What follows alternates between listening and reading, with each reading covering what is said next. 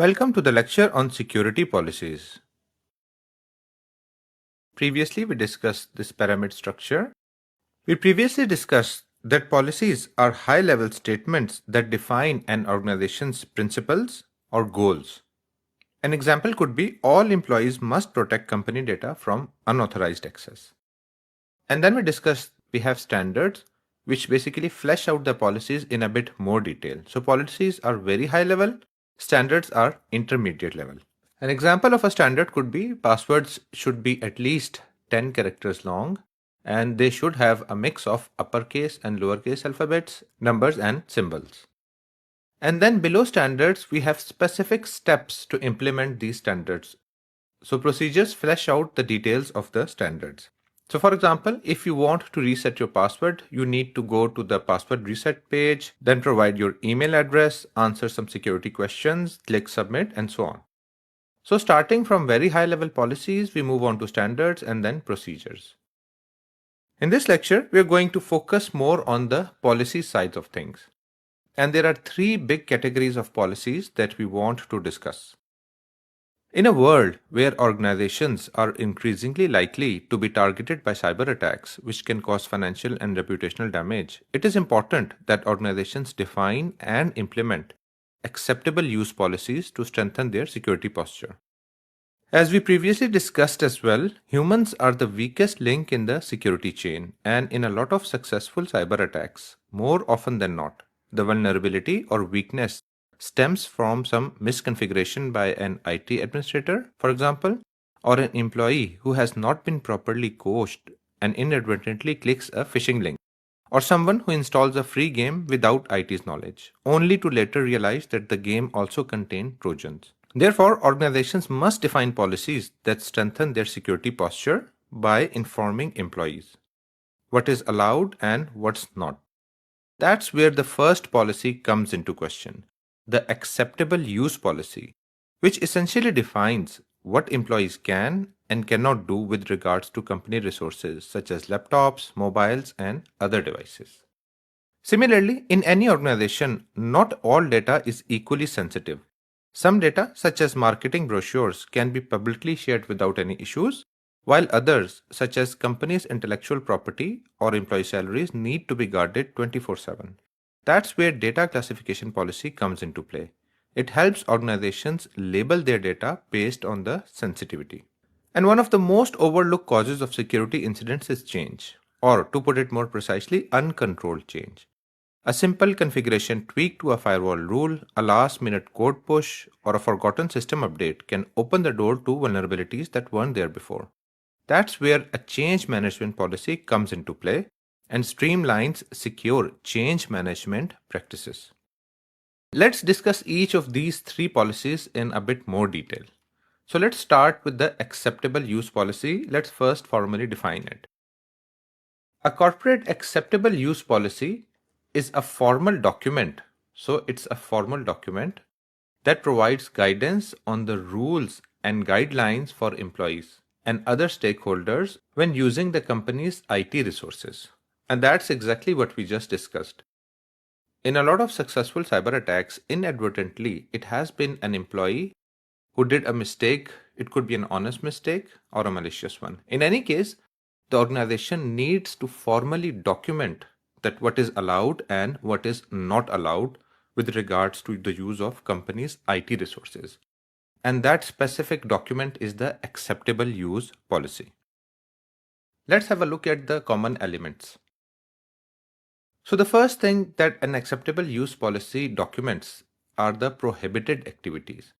For example, you need to specifically list what are the prohibited activities, such as accessing pirated software, installing unauthorized software, which is also known as shadow IT. So shadow IT is when you install stuff that the IT or the security is not even aware of. So you're installing things locally on your system, but inadvertently they may lead to installation of malware and eventually a security breach. So the first and very important thing which we do in acceptable use policy, so when we create this document, we need to specifically list what are the prohibited activities. The next are rules for personal use. So obviously, every organization provides its employees with hardware like mobiles, laptops, desktops, and those kind of things. So they need to document the rules, that what are the rules for personal use of those resources. For example, in a lot of organizations, you're not allowed to, for example, watch movies on the company's provided laptop. And similarly, you may not be allowed to browse social media. Now, here's the thing. Now, these areas are often gray. So, in order to be perfectly crystal clear with your employees, every organization needs to document these in the acceptable use policy. And employees obviously agree to these terms before they start using company's resources. Another important element of an acceptable use policy are user responsibilities. For example, what are the steps that every user should take to make sure that the data is protected? Just to give you an example, let's say the employee is basically going overseas or traveling. In that case, the acceptable use policy may have defined that the employee should remove any local copies of sensitive data that they may have been using as part of their job. So any local copies of sensitive data on their systems need to be sanitized before they travel. And very important, the consequences of violations. So it's not just that the acceptable use policy is going to list, okay, this is allowed and this is not allowed. They also specifically document the consequences of violations. And the reason they do this is because if someone violates these policies, then documenting these violation consequences provides a legal cover for the organization to take disciplinary action. If the consequences have not been properly documented, listed, and agreed to by the employee, then it can be a bit complex. Let me explain the relevance of acceptable use policy in your day-to-day jobs. First of all, it would depend on the seniority of your role.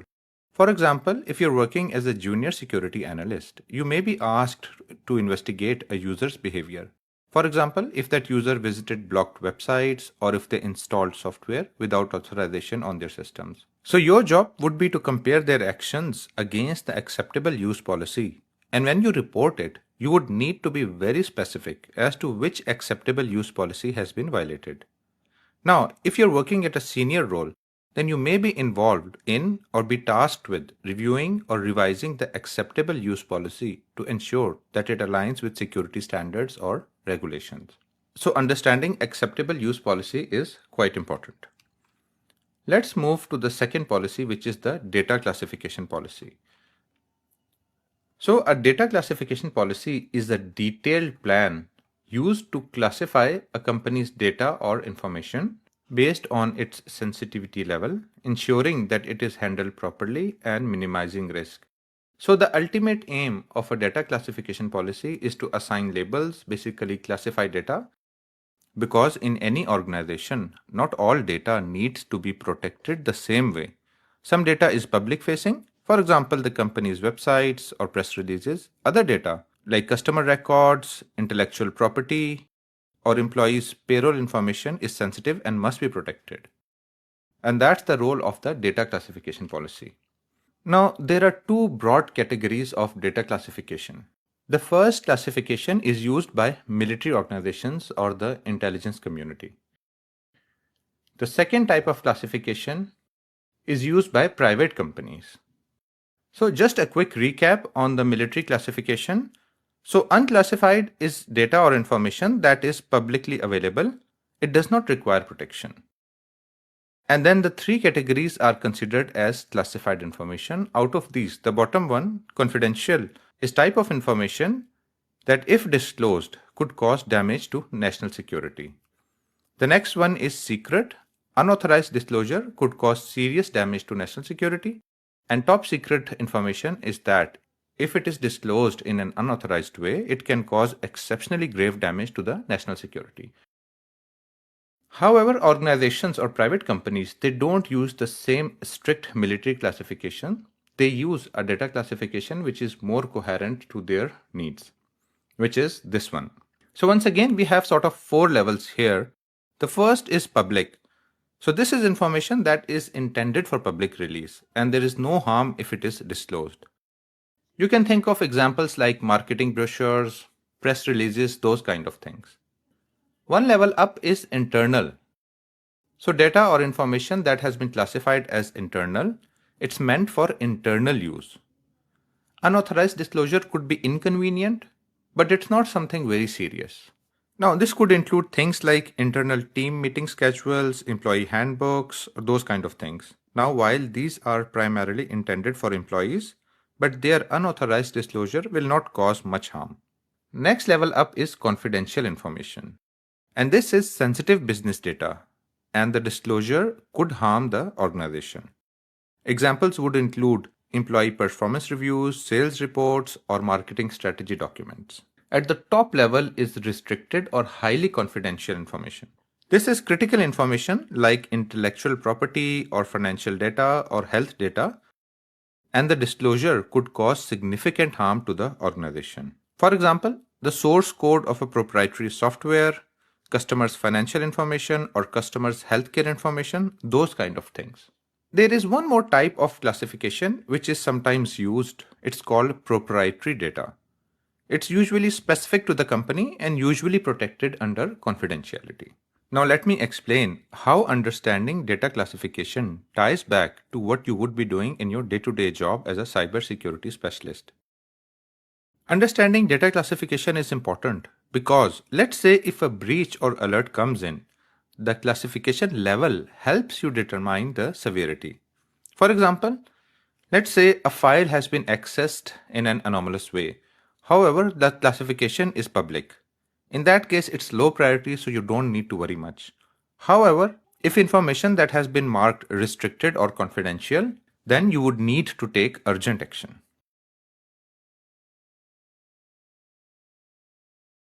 The last is change management policy. So change management policy defines what IT staff can and cannot do when changing systems. So this relates to any sort of change. For example, upgrading a system, installing new software, installing libraries, updating libraries, all those kind of things. It is an often overlooked area of cybersecurity because in a lot of instances, if changes have not followed a documented, approved, and tested process, we may inadvertently introduce changes or vulnerabilities that weren't there before. And the basic reason for having a change management policy or following a proper change management process is because it reduces risks from misconfigurations or unauthorized changes, and that is often done inadvertently. For example, as part of a change, IT administrators may inadvertently make certain information public on a web server. Now, the only way this can be prevented is if a proper change management process has been done, which would have caught this risk very early on. Now, change management requires a bit of more detail, so we're going to discuss that in the next lecture.